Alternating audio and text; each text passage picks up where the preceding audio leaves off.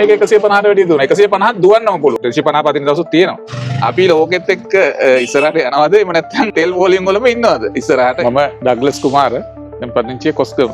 මේක දැන් මාස 6ක් වගේ වෙනවා. ඔව් පික් මේ ඔබ දෙකම පදිනවා. පික් පිටන් අවුරුදු 10ක් කලින් පෙට්‍රල් ටීවී ලැබෙන්නේ. ඒ පාකට් එකේ තිබිච්ච වායතේ වර්ග 4ක් වගේ පැදලා තියෙනවා දැන්. 250 පදින දවසුත් තියෙනවා. 150 200ක් සාමාන්‍ය තත්ත්වය. මේක 150යි පෙන්වන්නේ. මේක 150ට වැඩි දුවනවා. 150 දුවන්නම පුළුවන්. දුවන්න පුළුවන්. ඒක කිසි කැට තියලා කියන්න පුළුවන් 150 දුවන්න පුළුවන්. මං කිලෝමීටර් 150 දුවලත් මේකේ 10ක් ඉතුරු තියලා තියෙනවා. ඒ කියන්නේ 150ට වැඩි දුවනවා. 160ක් වගේම දුවලා තියෙනවා. කියන්නේ මේ කන්වර්ට් කරපුවා තියෙනවා.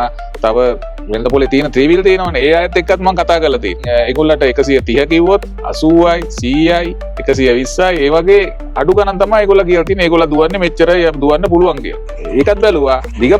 දිග කන්දක් නැංගුවොත්. දිග කන්දකට පොඩ්ඩක් වැඩි වුණා. පාලම එනකොට ආයෙ එකතුවක් වෙනවා මේක. ප්‍රායෝගික බැලුවම මේක. ඒ කියන්නේ අනිවාර්යෙන්ම ප්‍රායෝගිකවම බැලුවාම එකතු වෙනවා. ඒකෙන් තමයි ඉතින් අර 160ද කොහොම දුවන්න පුළුවන් වෙලා ඉතින් එකතු වෙනවා. කොළඹක් දුවනකොට මේ බ්‍රේක් එකට අර මම ඒවට පොඩ එකතු වෙනවා.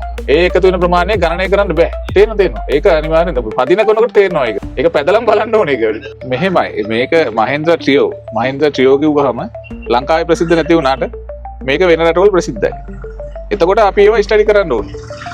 අපි ලෝකෙත් එක්ක ඉස්සරහට යනවද? එහෙම නැත්නම් ටෙල් වොලියම් වලම ඉන්නවද? ටෙල් වොලියම් එක දවසක් ගියොත් 3 wheel එකක් පදින මිනිහ දවසක ආදායමන්නේ හොයන්නේ. අපි දවසක් වැඩ කරේ නැත්නම් අපෙන් යැපෙන කට්ටියට කොහොමද ජීවත් වෙන්නේ? ටෙල් වොලියම් වලින් ඉඳලා තියෙනවා දවස් 4 ඉඳලා තියෙනවා. ඇත්තටම ඉනත් යනවා වැඩි දැක්කාම මිනිස්සු ඇත්තටම දුක් විඳිනවා. මේක ගත්තට පස්සේ නම් ගෑරේජ් එකකට තියාදුලා නැහැ මං දවදාව.